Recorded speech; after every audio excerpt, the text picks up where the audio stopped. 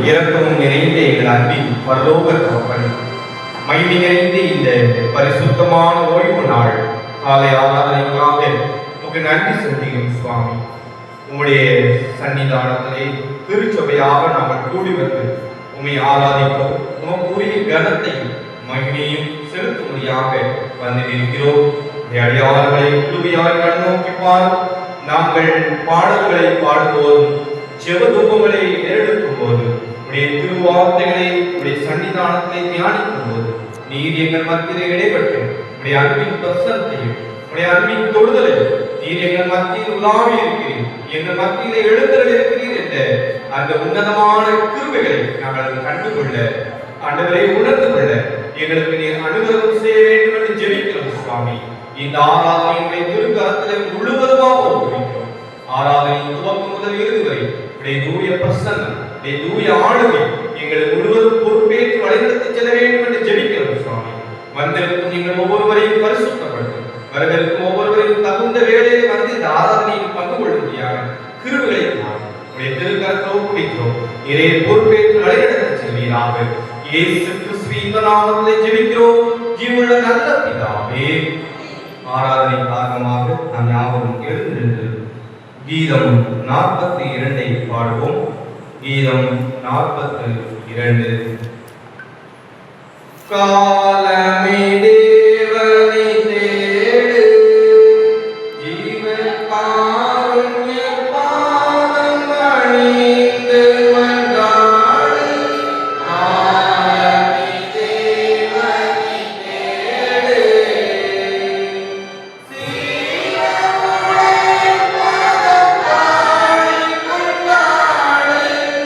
Sira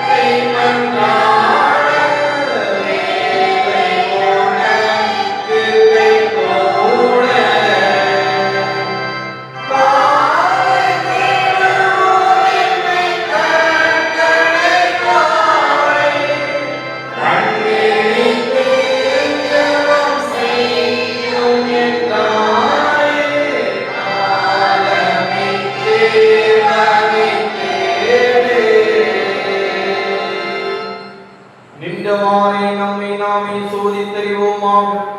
துன்மார்க்கன் தான் செய்த துன்மார்க்கத்தை விட்டு விலகி நியாயத்தின் நீதியை செய்வானையாகில் அவன் தன் ஆத்துமாவை பிழைக்கப் பண்ணுவான். என் நீதிகளை நான் அறிந்திருக்கிறேன். என் பாவம் எப்பொழுது எனக்கு முன்பாக இருக்கிறது. என் பாவங்களை பாராதபடிக்கு நீர் உமது முகத்தை மறைத்து என் அக்கிரமங்கள் எல்லாம் நீக்கியருளும். உங்கள் வஸ்திரங்களை அல்ல, உங்கள் இருதயங்களை பிடித்து உங்கள் தேவனாகிய கர்த்தரிடத்தில் திரும்புங்கள். அவர் இரக்கமும் மனவுருக்கமும் நீடிய சாந்தம் மிகுந்த கிருபை உள்ளவர். அவர் தீங்குக்கு மனஸ்தாபப்படுகிறவருமாய் இருக்கிறார். ஜெபம் பண்ண கடவோம். நம்முடைய வாசல தண்ணீர் தேவ சன்னிதானத்திலே உணர்வோம். பின்வரும் பொதுவான பாவரிக்கை ஜெபத்தை நாம் யாவரும் சேர்ந்து எடுப்போம். சர்வவல்லமையுள்ள இரக்கமுள்ள பிதாவே, தப்பிப்போனவர்களைப் போல நாங்கள் உம்முடைய கட்டளைகளை ஏற்றுக்கொள்வோம். எங்களுக்கு நடந்தோம். குற்றம் செய்தோம். செய்தவர்களை செய்யாமல் செய்தவர்களை செய்து வந்தோம். எங்களுக்கு சுகமே இல்லை. ஆண்டவரே, தேவனே, கிறிஸ்துவின் மூலமாய் மனிதர்களை செய்வார்களே நிர்வாகங்களுக்காய் எழுதியும் தப்பினை அறிக்கையை பொறுமையாய் பாவத்திற்கு துக்கப்படுகிற சீர்படுத்தும் மிகவும் இறக்கங்களுக்காகவே நாட்டிலே பக்தியும் நீதியும் நிறைந்தவர் இயேசு கிறிஸ்துவின் நிமித்தம் எங்களுக்கு கிருபை செய்தருளும். ஆமென். நம்முடைய கர்த்தராகிய இயேசு கிறிஸ்துவின் பிதாவாய் இருக்கிற சர்வவல்லமையுள்ள தேவன் பாவியின் கடத்திலும் பாவத்தை விட்டு திரும்பி போய்விடவே பாவத்திற்கு துக்கப்படுகிற தமது ஜனத்துக்கு பாவ விமோசனத்தை மன்னிப்பை கூறி அறிவிக்க தம்முடைய படைப்பிற்கான அதிகாரத்தின் கட்டளையை அளித்திருக்கிறார். மெய்யாய் மனதிரும்பி தமது பரிசுத்த சுவிசேஷத்தை உண்மையாய் விசுவாசியாவரும் அவர் பாவங்களை மன்னித்து விமோசனம் செய்கிறார். ஆகியால் கடைசியிலே நித்தியானவர்களில் சேரத்தக்கதாய் இத்தருணத்தில் நாம் செய்கிறவருக்கு பிரியமாயிருக்கும். இனி உயிரோடு நாம் பரிசுத்த பரலோகம் அவருக்கு மெய்யான தம்முடைய பரிசுத்தங்களை செய்ய வேண்டும். நம்முடைய கர்த்தராகிய இயேசு கிறிஸ்துவின் மூலமாய் அவரை வேண்டிக் கொள்ள கடவோம்.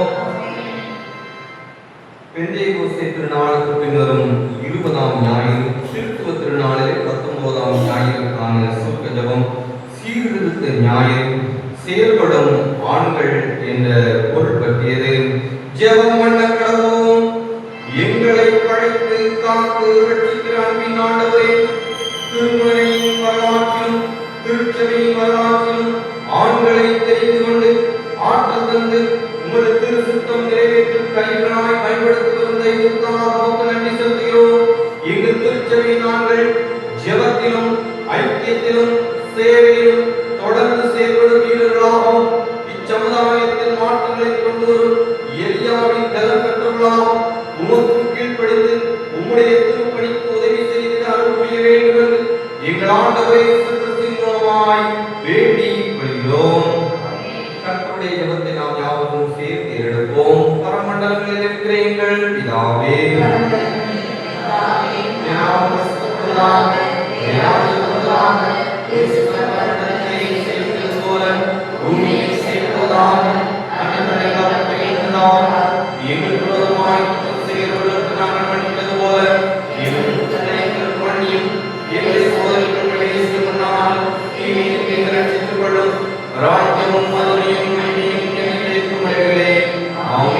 ஆண்டவரே உதடுகளை திறந்தருளும். தேவனே இரட்சிக்க விரைவாய் வாரும். பிதாவுக்கும் குமாரனுக்கும் பரிசுத்த ஆவிக்கும் மகிமை உண்டாவதாக.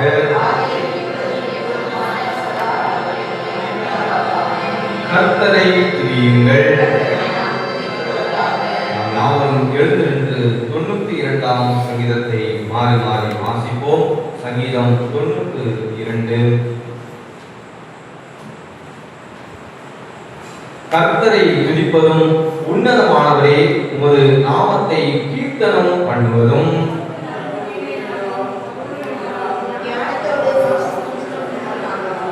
காலையிலே ஒரு கிருபையும் எனவே உன் சத்தியத்தையும் அறிவிப்பதும் நலமாயிருக்கும்.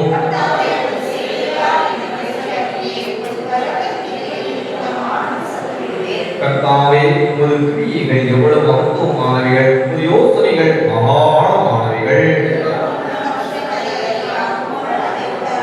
துன்மார்க்கர் புல்லை போல தழைத்து அக்கிரமக்காரர் யாவும் செலுத்தும் போது அது அவர்கள் என்னென்றைக்கும் அழிந்து போவதற்கே ஏதுவாகும். கர்த்தாவே, உமது சத்துருக்கள் அழிவார்கள், உமது சத்துருக்கள் அழிந்தே போவார்கள், சகல அக்கிரமக்காரரும் சிதறந்து போவார்கள்.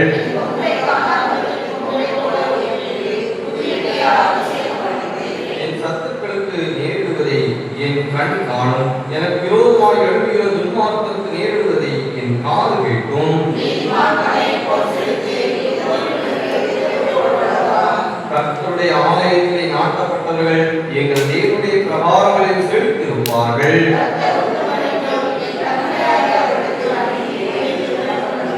கேட்டு வாசிப்போம். அவர்கள் புஷ்டியும் வசதியுமாயிருப்பார்கள்.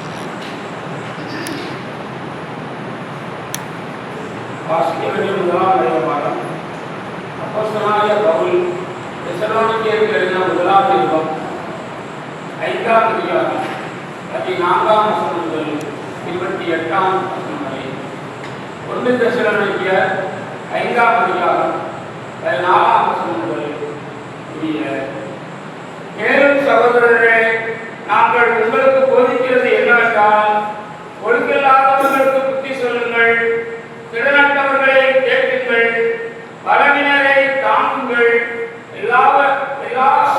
எல்லாரிடத்திலும் நீடிய சாந்தமாயிருங்கள். ஒருவரும் மற்றொருவன் செய்யும் தீமைக்கு தீமை செய்யாதபடி பாருங்கள். உங்களுக்குள் மற்ற யாவருக்குள்ளும் எப்பொழுதும் நன்மை செய்ய நாடுங்கள். எப்பொழுதும் சந்தோஷமாயிருங்கள். இடைவிடாமல் ஜெபம் பண்ணுங்கள். எல்லாவற்றிலேயும் ஸ்தோத்திரம் செய்யுங்கள். அப்படி செய்வது கிறிஸ்து இயேசுவுக்குள் உங்களுக்கு தேவனுடைய சுத்தமாயிருக்கிறது. ஆவியை அழித்துப் போடாதீர்கள். தீர்க்க சரித்திரங்களை அற்பமாய் எண்ணாதீர்கள். எல்லாவற்றையும் சோதித்து பார்த்து நலமானதை பிடித்துக் கொள்ளுங்கள்.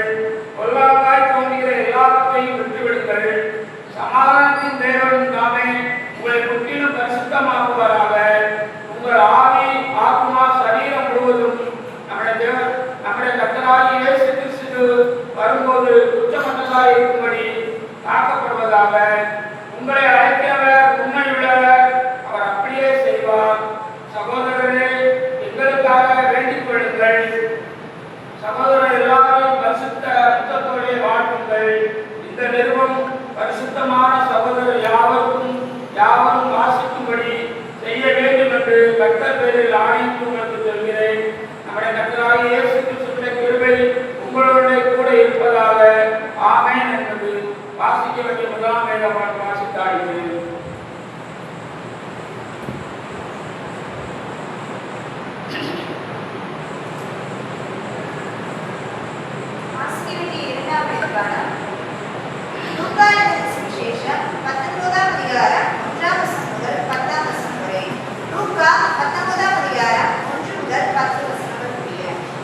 அவர் எரிமுறையில் பிரவேசித்து அதன் வழியாக நடந்து போய் ஆயக்காரருக்கு தலைவனும் ஐஸ்வர்யமாய்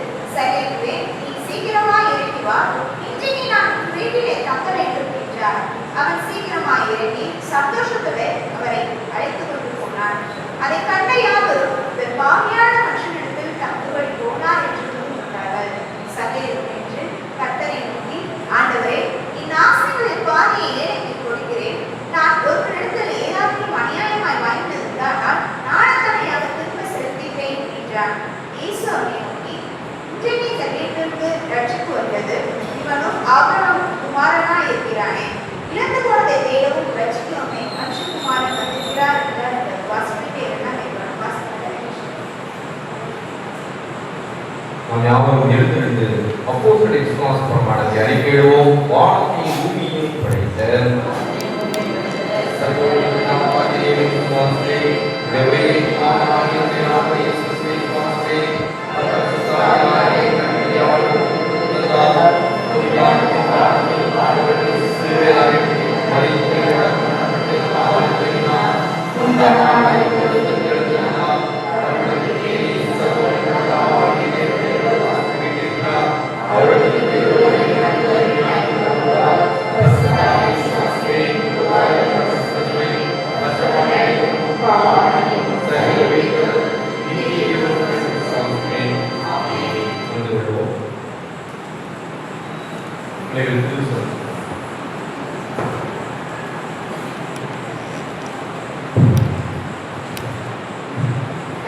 செயல்படும் ஆண்கள் இருக்குமிடம் 1 தெசலோனிக்கேயர் 5:14 முன்பாக ஒழுங்கற்றவர்களுக்கு புத்தி சொல்லுங்கள், திடமற்றவர்களுக்கு தேற்றுங்கள்,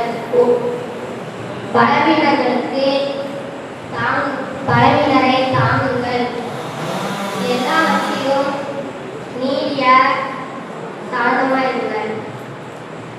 தனக்கு செயல்படும் ஆண்களின் இடம் 1 தெசலோனிக்கேயர் 5:14 ஒழுங்கற்றவர்களை புத்தி சொல்லுங்கள், திடமற்றவர்களை தாங்குங்கள், திடமற்றவர்களை தேற்றுங்கள், பலவீனரை தாங்குங்கள், எல்லாவற்றிலும் நீடிய சாந்தமாயிருங்கள். செயல்படும் ஆண்கள் இருக்கும் இடம் 1 தெசலோனிக்கேயர் 5:14 பின்பாகும். ஒழுங்கில்லாதவர்களை புத்தி சொல்லுங்கள், திடமற்றவர்களுக்கு தேற்றுங்கள், எல்லாரிடமும் பலவீனரை தாங்குங்கள், எல்லாரிடமும் நீடிய சாந்தமாயிருங்கள்.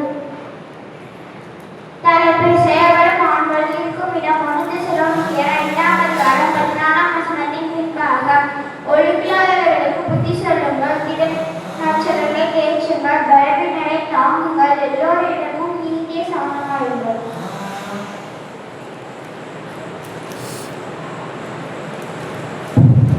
தலைப்பு செயல்படும் ஆண்களின் கூட்டம் 1 தெசலோனிக்கேயர் 5:14 பின்பாக ஒழுங்கற்றவர்களுக்கு புத்தி சொல்லுங்கள், திடமற்றவர்களை தேற்றுங்கள், பலவீனரை தாங்குங்கள், எல்லோரிடமும் நீடிய சாந்தமாயிருங்கள்.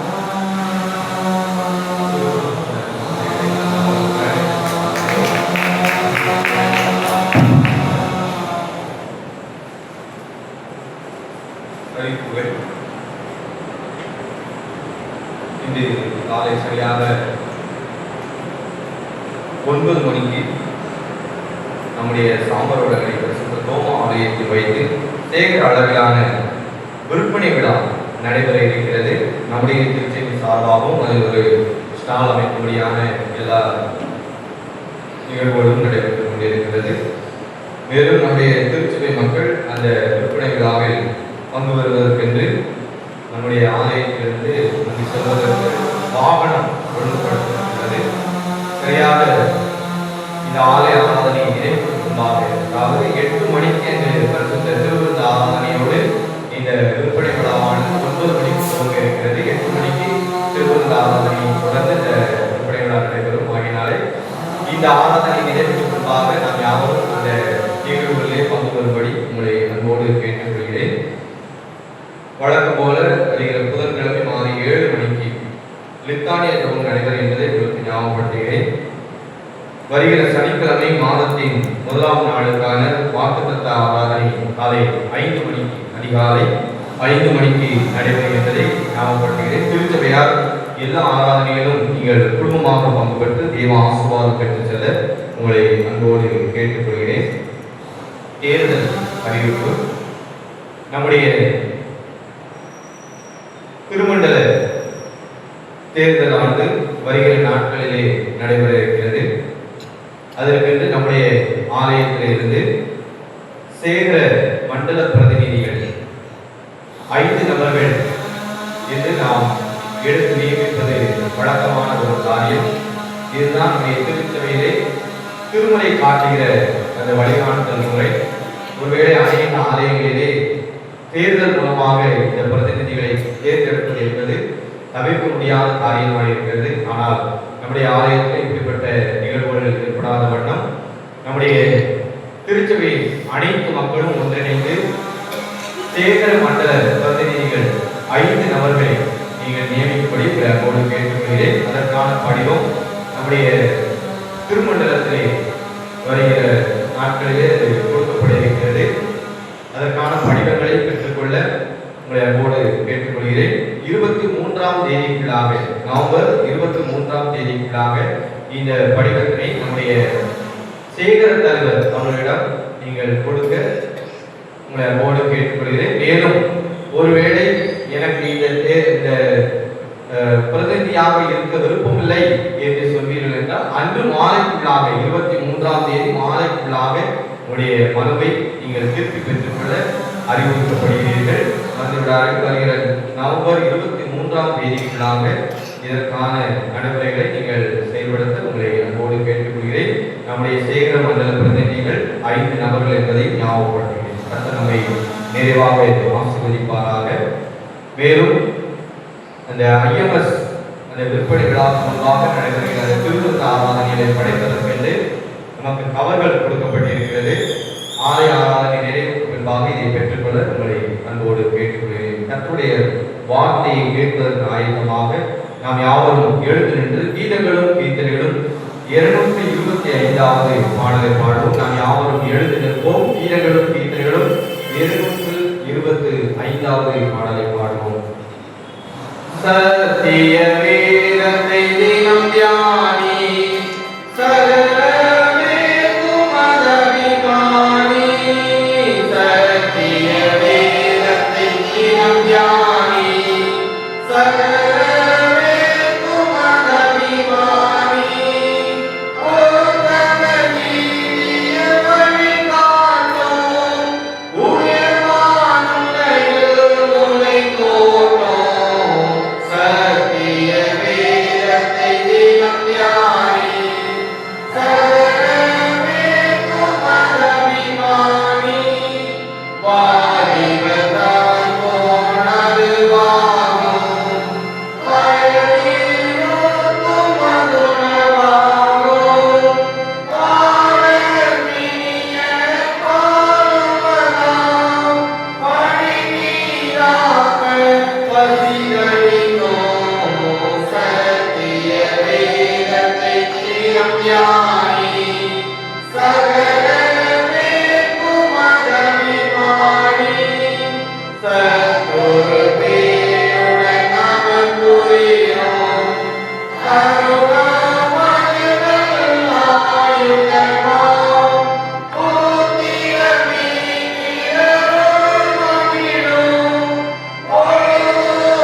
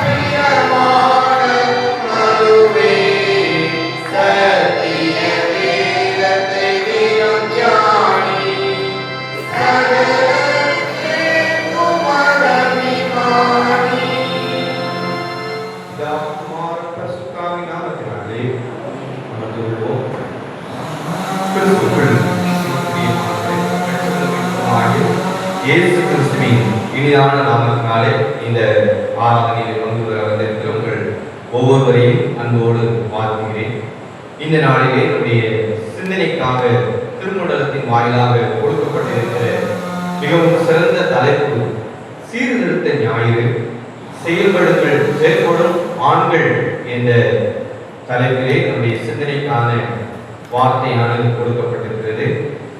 நாம் திருவசனமாக கேட்ட 1 தெசலோனிக்கேயர் 5ஆம் அதிகாரம் 14ஆம் வசனத்தை சேர்த்து வாசிப்போம். 1 தெசலோனிக்கேயர் 5ஆம் அதிகாரம் 14ஆம் வசனம்.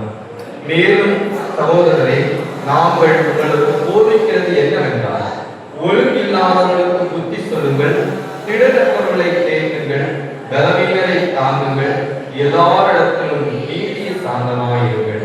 அப்போஸ்தலனாகிய பவுல் தெசலோனிக்கேயருக்கு இந்த நிருபத்தை எழுதும்போது கிறிஸ்துவின் வருகையை குறித்து அங்கே திருஷ்டாந்தமாய் தெளிவுபடுத்துகிறதை நாம் முந்தின அதிகாரத்தை வாசிக்கும் போது அங்கே அறிந்து கொள்ளலாம். விசுவாசிகளுக்கும் அவிசுவாசிகளுக்கும் இடையே வித்தியாசம் உண்டு.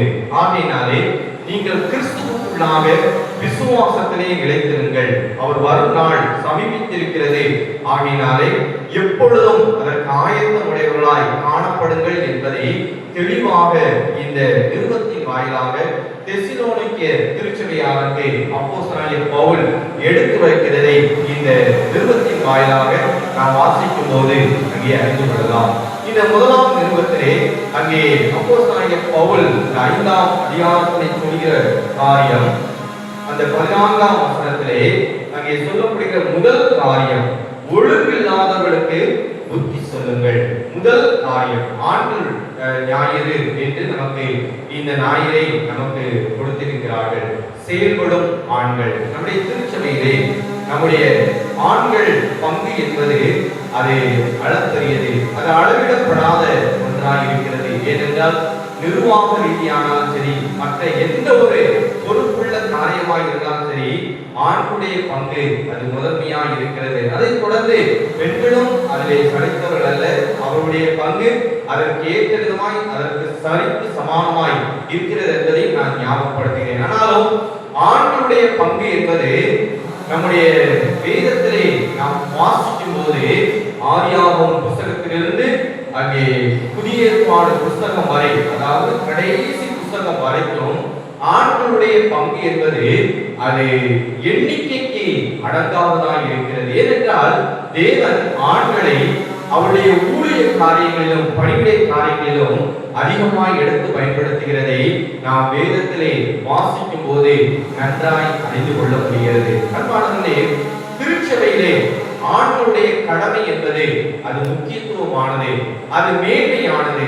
ஏனென்றால் ஒரு குடும்பம் என்று நாம் எடுத்துக்கொண்டால் அந்த குடும்பத்தின் எல்லா நிகழ்வுகளிலும் முக்கிய பங்கும் பொறுப்பும் யாருடையது?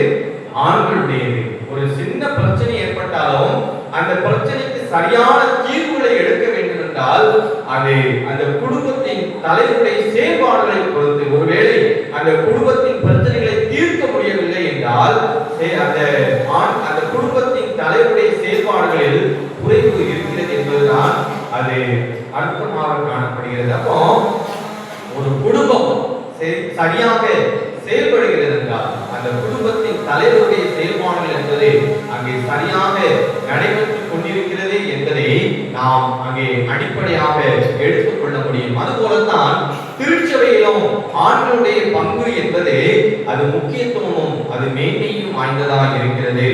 என்ன பங்கு? புத்தி சொல்லுதல். புத்தி சொல்லுதல். ஒழுங்கில்லாதவர்களுக்கு புத்தி சொல்கிறது என்பது ஆண்களுடைய பங்காக இருக்கிறது. எங்கே? திருச்சபையிலே. திருச்சபையில் ஆண்களுடைய முதன்மையான மேன்மையான கடமையும் அதுவே என்று வேதத்தை நாம் வாசிக்கும் போது நாம் தெளிவாக அறிந்து கொள்ளலாம். ஏனென்றால் பவுலும் இந்த பணியை ஜெப ஆலயங்கள் தோறும் செய்து கொண்டு வந்ததை நாம் வேதத்தை வாசிக்கும் போது அறிந்து கொள்ளலாம். அப்போஸ்தலர் நடவடிக்கைகள் 19ஆம் அதிகாரம் 8ஆம் வசனத்தை வாசியுங்கள். அப்போஸ்தலர் 19ஆம் அதிகாரம் 8ஆம் வசனம். ஜெப ஆலயத்தில் பிரவேசித்தேன், தைரியமாய் பிரசங்கித்தேன்.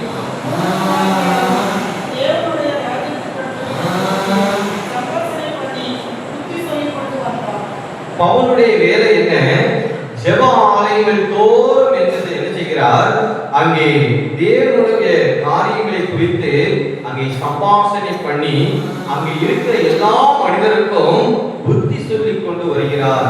புத்தி சொல்லிக் கொண்டு வந்தார் என்று அங்கே வேதம் சொல்கிறது. அப்போ திருச்சபையில் பொறுப்பு மிக்க பணிகளிலே அங்கே இருக்கிற ஒவ்வொரு மனிதனுடைய காரியம், பொறுப்பு, கடமை என்ன என்று நாம் வேதத்தின் வாயிலாக அறிந்து கொள்ளும் போது ஒழுங்கற்ற மனிதர்களுக்கு புத்தி சொல்லுகிற கடமை என்பது திருச்சபையின் ஆண்களுடைய கடமையாக இருக்கிறது. அப்போ புத்தி சொல்வதற்கு முன்பாக நாம் முதலாவது கிறிஸ்துவின் சிந்தைகளை தரித்து கொண்டவர்களாய் காணப்பட வேண்டும். அதாவது ஒரு ஆளுக்கு நம்ம புத்தி சொல்வதற்கு முன்னாடி நம்ம எப்படி இருக்கணும்? சரியாக நடந்து கொள்ள வேண்டும். எதிர்கேள்வி வராத அளவுக்கு நீ சரியா இருக்கிறியா, எனக்கு புத்தி சொல்வதற்கு என்று மற்றவர்கள் நம்மை பார்த்து கை நீட்டி சொல்லாத அளவுக்கு நம்முடைய செயல்பாடுகள் எப்படி இருக்க வேண்டும்? முதலாவது சரியாக இருக்க வேண்டும். ஆகையினாலே ஒழுங்கற்ற தன்மைகளை முதலாவது நம்மிடத்தில் திருத்திக் கொண்டு ஒழுங்கற்று இருக்கிற திருச்சபையை சீர்தூக்கி பார்க்கும்படிக்கு ஆண்களுடைய பங்கானது அது முக்கியத்துவம் வாய்ந்ததாக இருக்கிறது என்று வேதம் சொல்கிறது. அன்பானவர்களே, நாம் புத்தி சொல்கிறதிலே முந்திக் கொள்கிறவர்களாக இருக்க வேண்டும். புத்தி சொல்கிறது என்று ஒருவேளை இன்று ஆண்கள் ஞாயிறு என்பதால் ஆண்களுக்கு மட்டும்தான் இந்த பிரசங்கம் என்றல்ல, திருச்சபைக்கு வந்திருக்கிற எல்லாருக்கும் தான் இந்த பிரசங்கம். இந்த வார்த்தையானது நம்ம எல்லாருக்கும் உரியது. அப்போ புத்தி சொல்வது என்பது எல்லாருடைய கடமையாக இருக்கிறது. ஒரு மனிதன் தவறாக சென்று கொண்டிருக்கிறான், ஒரு மனிதனுடைய செயல்பாடுகளில் குறைவு காணப்படுகிறது என்பதை நாம் கண்ணால் காணும்போது என்ன செய்ய வேண்டும்? அவருடைய தவறுகளை குறித்து எச்சரித்து, நீ செய்கிற காரியம் தவறானது, இது முரண்பாடான காரியம், இதை விட்டு விலகு என்று நாம் அவர்களை எச்சரித்து புத்தி சொல்ல வேண்டிய கடமைக்கு நாம் உட்பட்டு இருக்கிறோம் என்பதை ஒரு நாளும் மறந்து விடக்கூடாது. அன்பானவர்களே, அதே வசனத்திலே நாம் அடுத்ததாக வாசிக்கும் போது திடனற்றவர்களை என்ன செய்ய வேண்டுமாம்? நாம் தேற்ற வேண்டுமாம். திடனற்ற மனிதர்கள் என்று நாம் பார்க்கும்போது ஏதாவது பிரச்சனைகளிலே மாட்டி தப்பிக்க வழியில்லாத சூழ்நிலையில் தவித்துக் கொண்டிருப்பவர்களை நாம் திடப்படுத்தி அவர்களை தைரியப்படுத்த வேண்டும் என்று அங்கே வேதத்தின் வாயிலாக நமக்கு கற்றுக் கொடுக்கப்படுகிறது. இன்னைக்கு அநேக குடும்பங்களுக்கு இடையே பல்வேறு பிரச்சனைகள், பல்வேறு போராட்டங்கள், ஒருவேளை நாம் நம்முடைய திருச்சபையின் குடும்பங்களிலே பார்க்கும் போது அநேக குடும்பங்களுக்கிடையே பிரிவினைவாதங்கள், பல்வேறு போராட்டங்கள் காணப்படுகிறதை நாம் கண்ணார காண முடியும். ஆனால் திருச்சபை அதை கண்டுகொண்டு அதை வேடிக்கை பார்ப்பது என்பது தவறான ஒரு உதாரணம். வேதம் நமக்கு கற்றுக் கொடுக்கிற ஒரு காரியம், ஒரு பிரச்சனை திருச்சபையின் மக்களுடைய குடும்பத்துக்குள்ளாக வந்தால் அதை யார் சரி செய்ய வேண்டும்? திருச்சபையில் உள்ள மூப்பர்கள்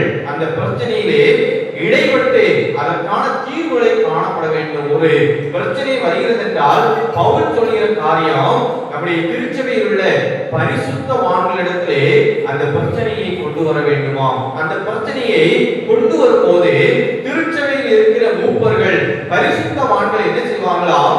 அந்த பிரச்சனைகளை குறித்து அநேக விசாரிப்புகள் மூலமாக அதற்கான சரியான தீர்வுகளை கண்டு பிரச்சனைகளை அவர்கள் முடித்து வைப்பார்களாம். வேதம் நமக்கு அதைத்தான் அப்போஸ்தலனாகிய பவுலை கொண்டு தெளிவுபடுத்துகிறது. அப்போ திருச்சபையிலே பலனற்று, அதாவது திடனற்று தெரிகிற மனிதர்களை அந்த திடனற்ற சூழ்நிலையிலிருந்து நாம் திருப்புவதற்கு நம்முடைய செயல்பாடுகள் அங்கே செவ்வனே காணப்பட வேண்டும். ஒருவேளை குடும்பங்களிலே நாம் இடைப்பட்டு அவருடைய பிரச்சனைகளை தீர்ப்பதற்கு நாம் முனைப்பு காட்டும் போது ஒருவேளை அந்த திருச்சபையின் மக்கள் நீ எப்படி என் பிரச்சனைக்குள்ளாக தலையிடலாம் என்று சொல்வதற்கு இல்லாதபடிக்கு திருச்சபையின் மக்களும் என்ன செய்ய வேண்டும்? அதற்கு ஒத்துழைப்பு கொடுக்கிறவர்களாய் காணப்பட வேண்டும். நம்முடைய திருச்சபையின் மூப்பர்கள், நம்முடைய திருச்சபையின் முக்கிய முக்கியத்துவம் வாய்ந்தவர்கள், அவர்கள் தான் நம்முடைய பிரச்சனைகளுக்கு தீர்வு சொல்ல முடியும் என்று என்ன செய்ய வேண்டும்? அந்த பிரச்சனைகளிலே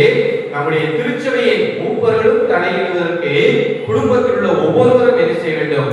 அனுமதி அளிக்க வேண்டும், இடம் கொடுக்க வேண்டும் என்று வேதத்தின் வாயிலாக நமக்கு கற்றுக் கொடுக்கப்படுகிறது. ஒருவேளை நம்முடைய திருச்சபையின் குடும்பங்களிலே ஒரு சில இழப்புகள் காணப்படலாம். இது நிமித்தமாக நொறுங்குண்ட இதயத்தோடு நம்முடைய பிள்ளைகள் காணப்படுகிற அந்த வேளையிலே திருச்சபையின் மூப்பருடைய பொறுப்பு, திருச்சபையின் ஆண்களுடைய பொறுப்பு, திருச்சபையில் இருக்கிற ஒவ்வொருடைய பொறுப்பு என்ன? அந்த குடும்பங்களை சந்திக்க வேண்டும். அந்த குடும்பத்தில் உள்ள ஒவ்வொருவரையும் நாம் சந்தித்து அவருடைய இருதயத்தை ஆறுதல்படுத்த வேண்டும். பரவாயில்ல, என்ன பிரச்சனை, அந்த பிரச்சனை என்ன என்று நாம் விசாரித்து, ஒருவேளை பல்வேறு இழப்புகளாக இருக்கலாம், ஒருவேளை உயிர் சேதங்களாக இருக்கலாம். அப்பேற்பட்ட சூழ்நிலை என்ன செய்ய வேண்டும்? அப்படிப்பட்ட நிலையில் வாழ்கிற பலதரப்பட்ட மக்களை என்ன செய்ய வேண்டும்? நாம் சந்திக்க வேண்டும். அந்த சமயங்களை நாம் சந்திக்கும் போது அவர்கள் ஆறுதல் அடைவார்கள். பரவாயில்ல, நம்முடைய திருச்சபை நமக்கு இருக்கிறது, நம்முடைய திருச்சபை நமக்கு தோள் கொடுப்பதற்கு இருக்கிறது, நாம் எதற்கு பயப்பட வேண்டும் என்று அவர்கள் திடன் அடைவதற்கு நாம் ஒரு அடித்தளமாய் காணப்பட வேண்டும். ஆகையினால் தான் வேதம் நாம் விசாரிக்கிற மனிதர்களாய் காணப்பட வேண்டும் என்று நமக்கு ஒவ்வொரு காரியத்திலும் அது அறிவுறுத்துகிறதாய் இருக்கிறது என்பதை நாம் மறந்துவிடக் கூடாது. அடுத்ததாக அதே வசனத்தை நாம் வாசிக்கும் போது அங்கே அடுத்த காரியம் சொல்கிறது, பலவீனரை தாங்குங்கள், பலவீனரை தாங்குங்கள் என்று அங்கே பவுல் தெசலோனிக்கே திருச்சபைக்கு அங்கே தெளிவுபடுத்துகிறார். மனிதர்களுக்கு வியாதிகள் மட்டுமே பலவீனம் அல்ல. ஒருவேளை ஒரு சில மனிதர்கள் மனதளவில் என்ன செய்வார்கள்? தைரியம் இல்லாமல் பயத்தோடும் திகிலோடும் காணப்படுவார்கள். அப்படி பலவீனமானவர்கள் தான் தன்னுடைய வாழ்க்கை சூழ்நிலைகளிலே தன்னுடைய எதிர்காலத்தை குறித்தும் தன்னுடைய பிள்ளைகளுடைய எதிர்காலத்தை குறித்தும் பயந்து திகிலடைந்து என்ன செய்ய போகிறோம், யார் நமக்கு உதவுவார்கள், யார் நமக்கு இப்படிப்பட்ட இக்கட்டான சூழ்நிலையிலே நமக்கு துணையாய் வருவார்கள் என்று அங்கே அங்கலாய்த்துக் கொண்டிருப்பார்கள். அப்படிப்பட்ட பலவீனமான மனிதர்களை என்ன செய்ய வேண்டும்? நாம் தேடி செல்ல வேண்டும். நம்முடைய மிஷனரிகளுடைய முதன்மையான பணியே அதுவாகத்தான் இருந்தது. நாம் அநேக வரலாறுகளை வாசிக்கும் போது மனதளவில் பலவீனமானவர்களை தேடி சென்று என்ன செய்வார்கள்? அவர்கள் கிறிஸ்துவின் அன்பை எடுத்துச் சொல்வார்கள். கிறிஸ்துவின் அன்பை எடுத்துச் சொல்லி அவர்களுடைய பலவீனத்திலே அவர்களை தாங்குகிற உன்னதமான பணிகளை அவர்கள் செய்து வந்தார்கள். அதுபோலத்தான் இன்றைக்கு அவருடைய அடிச்சுவடுகளை பின்பற்றி வருகிற திருச்சபையாளர்கள், அந்த திருச்சபையாகிய நாமும் என்ன செய்ய வேண்டும்? பலவீனத்தோடு காணப்படுகிற ஒவ்வொரு மனிதர்களையும் சந்தித்து அவருடைய பலவீனத்தை என்ன செய்ய வேண்டும்? நாம் அவர்களை தாங்க வேண்டும். இதைத்தான் வேதம் நமக்கு கற்றுக் கொடுக்கிறதாய் இருக்கிறது. அடுத்ததாக அங்கே கடைசியாக சொல்லப்பட்டிருக்கிறது, நாம் என்ன செய்ய வேண்டும்? எல்லா இடத்திலும் நீடிய சாந்தமுடையவர்களாய் காணப்பட வேண்டும். அப்போஸ்தலனாகிய பவுல் பிலிப்பியருக்கு எழுதும்போது 4ஆம் அதிகாரம் 5ஆம் வசனத்திலே அங்கே வாசிக்கும் போது, பிலிப்பியர் 4ஆம் அதிகாரம் 5ஆம் வசனம், யாராவது வாசியுங்கள்.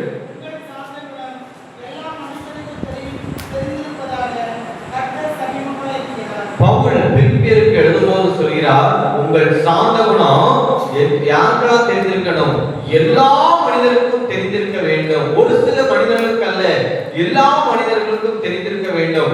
ஓஹோ, இவர் இப்படிப்பட்டவர், இப்படிப்பட்ட மனப்பான்மை உடையவர், இவருடைய ஆலோசனைகள் சரியாக இருக்கும், இவருடைய செயல்பாடுகள் சரியாக இருக்கும், இவர் எல்லா காரியத்திலும் தீர்க்கமான முடிவுகளை எடுக்கக்கூடியவர் என்கிற அந்த ஒரு சிந்தனை நம்மை சூழ்ந்து இருக்கிற எல்லா மனிதனிடத்திலும் அது தெரிந்திருக்க வேண்டும். ஒருவேளை நாம் பொறுமையற்றவர்களாய் தெரியும் போது, நாமே அநேக காரியங்களிலே தவறுகிறவர்களாய் காணப்படும் போது, நம்மை சுற்றி இருக்கிற மனிதர்கள் என்ன சொல்வார்கள்? இவர் என்ன, இவரே இப்படி இருக்கும் போது நம்ம தவறுகிறதுக்கு என்ன இருக்கிறது? இவர் பைபிளை வாசிக்காரு, வாரந்தவராம் கோயிலுக்கு போறாரு, இவரே இப்படி இருக்கும் போது நம்ம இருக்கிறது என்ன தவறு இருக்கிறது என்கிற விதமாய் அது ஒரு தவறான முன்னுதாரணமாய் போய்விடும். அப்போ கிறிஸ்துவை சுமந்து தெரிகிற, கிறிஸ்துவை சுமந்து அவருடைய அடிச்சுவடுகளை பின்பற்றுகிற நாம என்ன செய்ய வேண்டும்? நீடிய சாந்த குணம் உடையவர்களாய் வாழ வேண்டும். நம்முடைய சாந்த குணம், நம்முடைய செயல்பாடுகள் எல்லா மனிதர்களுக்கும் ஒரு முன்னுதாரணமாய் காணப்பட வேண்டும். நம்முடைய வாழ்க்கையிலே நாம் அப்படிப்பட்ட சிந்தைகளை தரித்துக் கொள்ள வேண்டும் என்று வேதத்தின் வாயிலாக அப்போஸ்தலனாகிய பவுல் நமக்கு தெளிவுபடுத்துகிறார். தீமோத்தேயுவுக்கு பவுல் எழுதும்போது 2 தீமோத்தேயு 2ஆம் அதிகாரம் 23, 24, 25 வசனங்களை வாசியுங்கள். 2 தீமோத்தேயு 2ஆம் அதிகாரம் 23, 24, 25 வசனம்.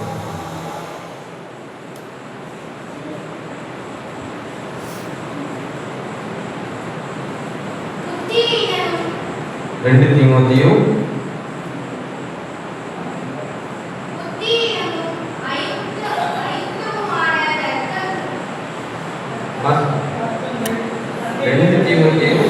இரண்டாம் அதிகாரம்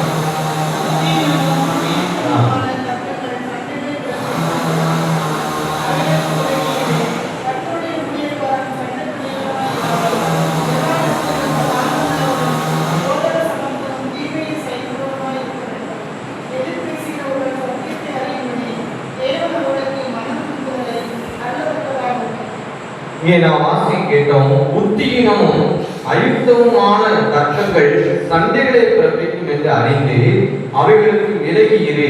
கர்த்தருடைய ஊழியக்காரன் சண்டை பண்ணுகிறவனாய் இராமல் எல்லாரிடத்திலும் சாந்தமுள்ளவனும் போதக சமந்தனும் தீமையை சகிக்கிறவனுமாய் இருக்க வேண்டும் என்று அங்கே தீமோத்தேயுவுக்கு எழுதும்போது அப்போஸ்தலனாகிய பவுல் அங்கே தெளிவுபடுத்துகிறதை நாம் அறிந்து கொள்ளலாம். அன்பானவர்களே, இதைத்தான் நாம் வேதத்தின் வாயிலாக அறிந்து கொள்கிற காரியம். நம்முடைய வாழ்க்கையிலே நம்மை குறித்து மற்றவருடைய சாட்சி எவ்விதமாய் இருக்க வேண்டும் என்று வேதம் நம்மிடத்திலே சுட்டி காட்டுகிற காரியம், நாம் மற்றவரிடத்திலே சண்டை பண்ணுகிறவர்களாய் இருக்கக்கூடாது. ஒரு இடத்திலே பிரச்சனை வருகிறது என்றால் அந்த இடத்திலே நாம் நிற்கும் போது இந்த மனிதன் நிற்கிறார், அந்த பிரச்சனைக்கு நிச்சயம் தீர்வு வரும், அந்த பிரச்சனைக்கு நிச்சயம் முடிவு வரும் என்று சொல்கிறதற்கு நாம் காரணமாக இருக்க வேண்டும். அதற்கு எதிர்மாறாக இந்த மனிதன் இங்கே இருக்கிறான் என்றால் என்ன செய்யும்? கண்டிப்பா சண்டை வந்துடும். இந்த மனுஷன் இங்கே இருக்கிறானா இவன் தான் அந்த பிரச்சனைக்கு மூல காரணமாய் இருப்பான் என்று சொல்லுகிறதுக்கு ஏதுவா என்ன செய்யக்கூடாது? நம்முடைய வாழ்க்கையில் நடைமுறையானது அங்கே இருக்கக்கூடாது. அப்போ நம்முடைய சாந்த குணம் பிற மனிதர்களுக்கு தெரிகிற வண்ணமாக நாம் சமாதானத்துக்கு காரணராக காணப்பட வேண்டும். ஏனென்றால் இயேசு கிறிஸ்துவும் அதற்கு அவர் முன்னுதாரணமாய் இருக்கிறார். அதை நாம் எங்கு வாசிக்கலாம் என்றால் 1 பேதுரு 2ஆம் அதிகாரம் 22ஆம் வசனத்திலிருந்து நாம் வாசிக்கும் போது அங்கே அறிந்து கொள்ளலாம். 1 பேதுரு 2ஆம் அதிகாரம் 22ஆம் வசனத்திலிருந்து வாசியுங்கள்.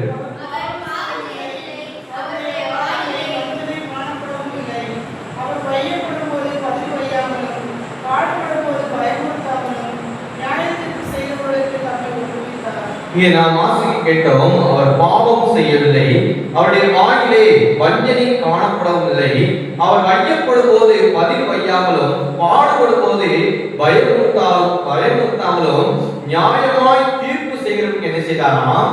தம்மை ஒப்பு கொடுத்தார். அப்போ நமக்கு முன்னுதாரணமும் நமக்கு அடிச்சுவடுமான இயேசு கிறிஸ்துவின் செயல்பாடுகளைத்தான் நம்முடைய வாழ்விலே முன்னுதாரணமாக எடுத்துக்கொள்ள வேண்டும். அவர் எவ்வளவு நீடிய பொறுமையோடு அத்தனை பாடுகளையும் அவர் சகித்தார் என்பதை நாம் இந்த வசனங்களை வாசிக்கும் போது நாம் அறிந்து கொள்ள முடியும். அவர் பாவம் செய்யவில்லை, அவருடைய வாயிலே வஞ்சனை காணப்படவில்லை, அவர் வையப்படும் போது என்ன செய்தாராம்? பதில் வையவில்லை, பாடுபடும் போது மற்றவர்களை பயமுறுத்தவில்லை, நியாயமாய் தீர்ப்பு செய்கிற தேவனுக்கு என்ன செய்தாராம்? தன்னை ஒப்பு கொடுத்தார். அவர் நினைத்திருந்தால் எதையும் செய்திருக்க முடியும். அவர் நினைத்திருந்தால் அங்கு இருந்த மனிதர்களை நம்முடைய ஒரே வார்த்தையினால் என்ன செய்திருக்கலாம்? அழித்து போட்டிருக்கலாம். ஆனால் அவர் அதை செய்யவில்லை.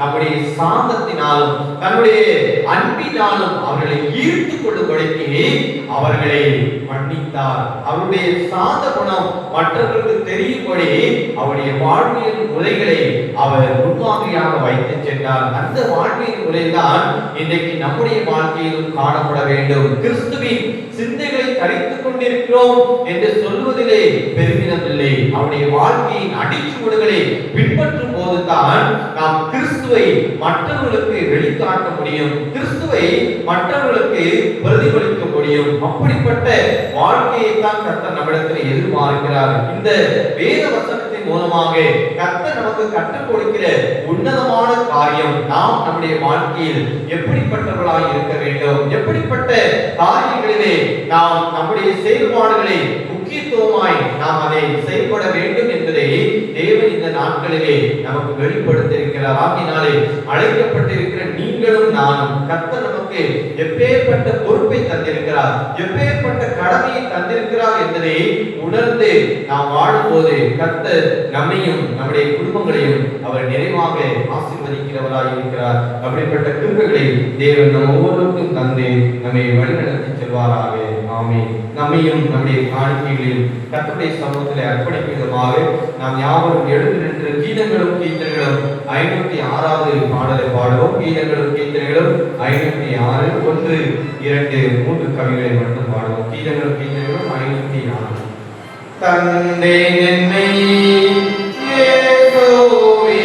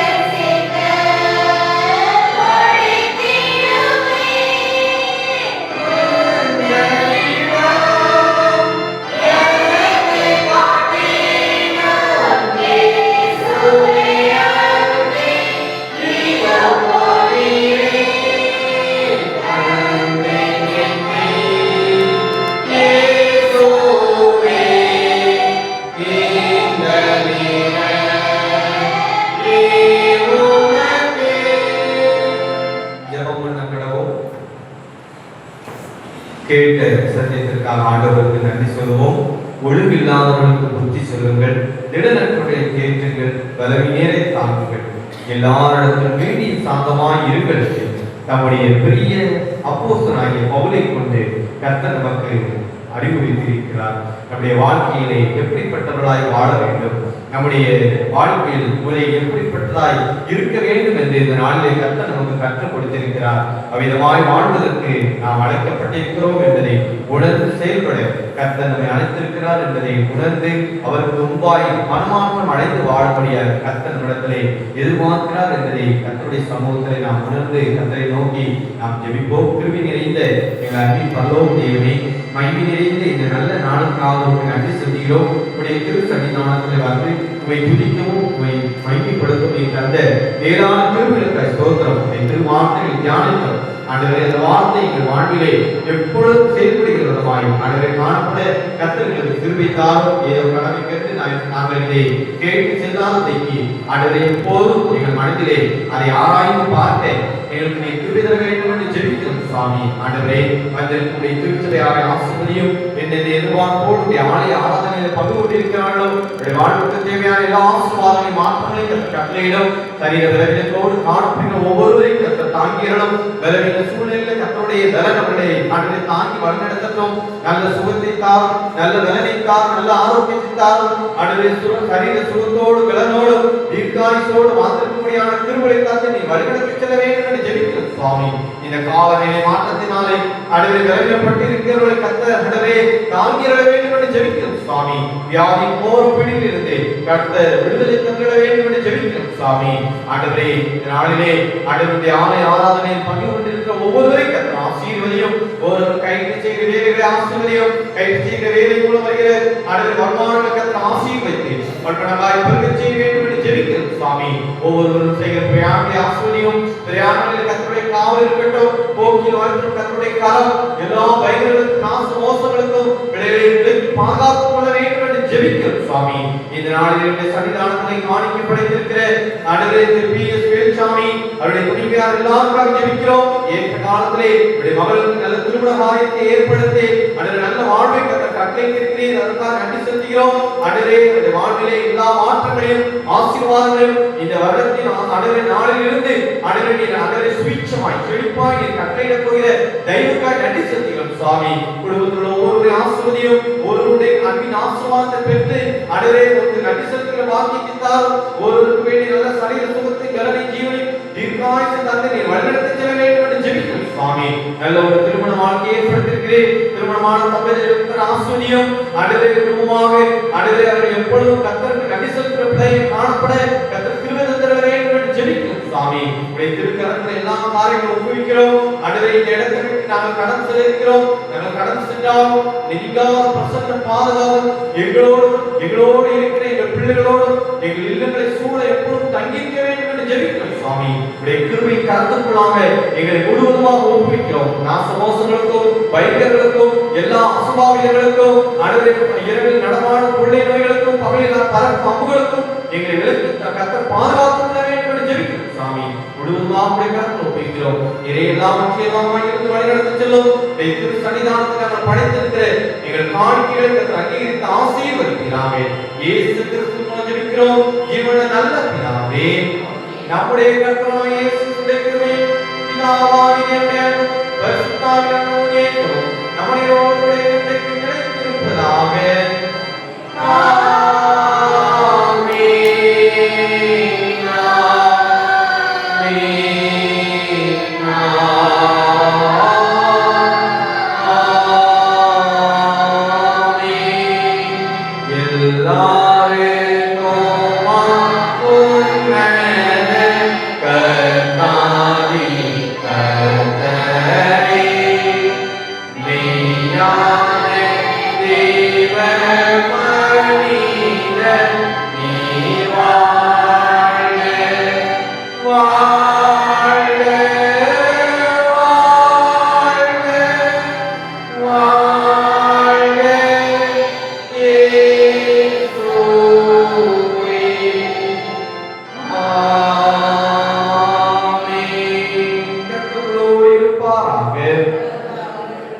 தேவஸ்மானத்துடைய போய் வருகிறோம்.